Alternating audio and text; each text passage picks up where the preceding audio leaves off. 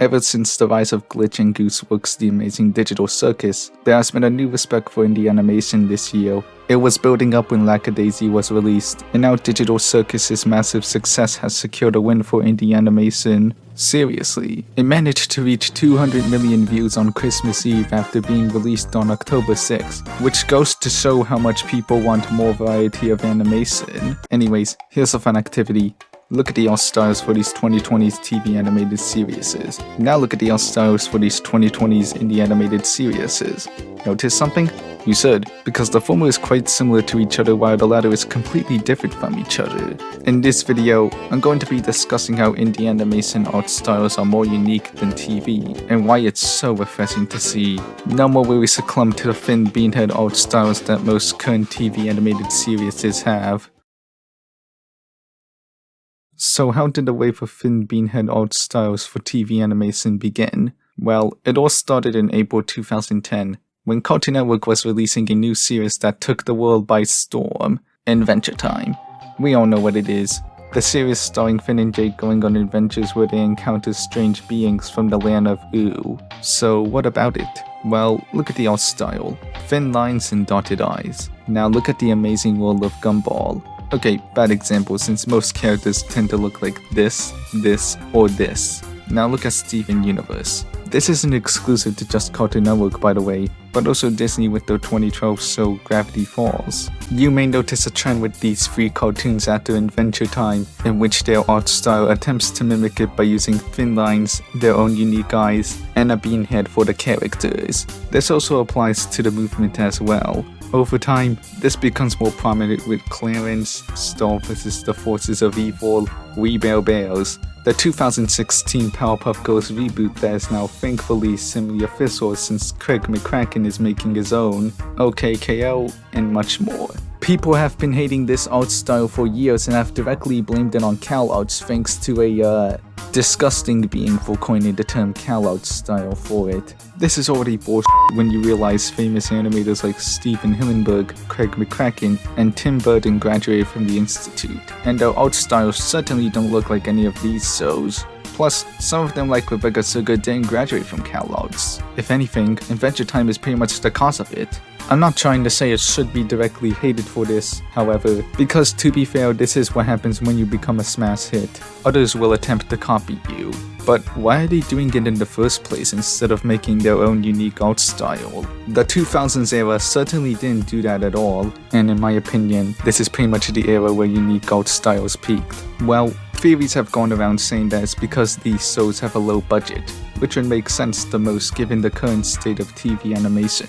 Or that it's to appeal to kids, which also makes sense given what audience they're made for. If the former, then I'm sorry for how you animators are treated and have to draw the characters with thin lines and a beanhead to save money. However, it's still possible to make a unique art style since Battle for Dream Island was made with no budget by Michael and Carrie Hurong, who were middle schoolers at the time. Plus, why not use rig animation since the shapes of the characters are simple? The Powerpuff Girls 10th anniversary special did this and the results are incredible.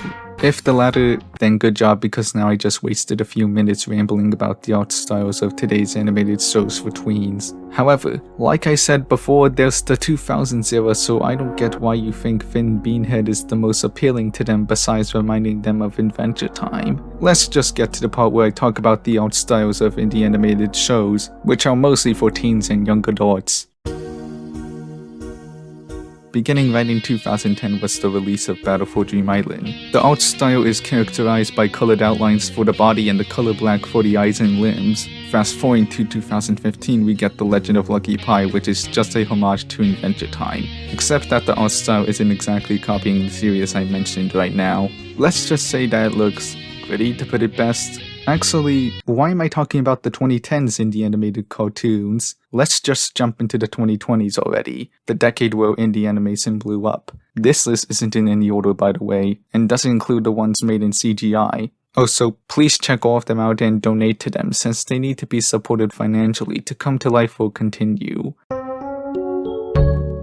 Monkey Wrench, Lackadaisy, Lumi and the Great Big Galaxy, Far-Fetched, Alphabet Lore, Ramshackle, Diet, No XP, and Desert Mayhem Overdrive. Now look at the art styles for each of them and see if they're close to each other. spoilers, they aren't. And that's honestly refreshing to see. None of them even have the Finn beanhead style that TV animation tends to use, so that's a plus. Well, except Boxtown. Monkey Wrench looks rough and sharp. Lackadaisy looks beautiful. Lumi takes inspiration from Wander Over Yonder. Farfetch looks cute to put it best. Alphabet Lore also looks cute as well with thick outlines. Ramshackle also looks rough like Monkey Wrench but with a brownish color scheme for it. Diat looks anime-ish. No XP has thick outlines and a black and white look, and Desert Mayhem Overdrive looks rough like Monkey Wrench and Ramshackle. It makes you wonder why each of them has a unique art style in the first place, which leads to a new theory I have about the Finn beanhead trend that also merges the two theories: studio decision.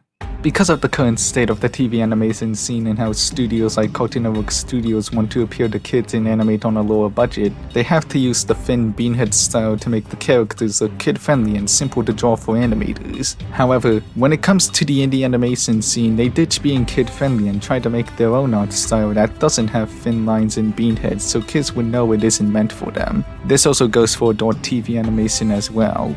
Well, not really. As for the budget, I guess it has to do with how much complexity they can put into each scene. I mean, like, the third episode of Monkey Wrench cost nearly $54,000 to complete. And something like Craig of the Creek or Big City Greens, which airs on TV and looks simple, may or may not cost more money to complete than Monkey Wrench. Also, keep in mind that YouTube revenue isn't the same as TV revenue, which is why the third episode of Monkey Wrench was released on Newgrounds first, since they sponsored it with money to finish it. Good move there, Newgrounds.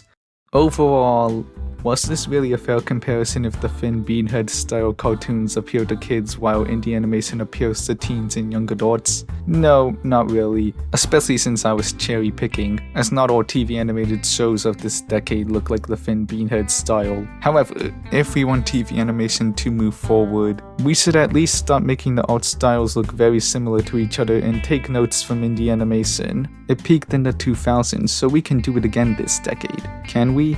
But then again, this is the same industry where they gender-swapped Hanna-Barbera characters since they're too scared of an all-male cast while saying they're trans as an excuse. Do not give these writers a property like TF2 to adapt. They also denied talented women like Lauren Faust from making their original properties. You know over 70% of mangakins are women, right? Put self-inserts of themselves, and greenlit reboots since no one wants to see original properties nowadays. So I guess in the end you should just support indie animation. Anyways, goodbye.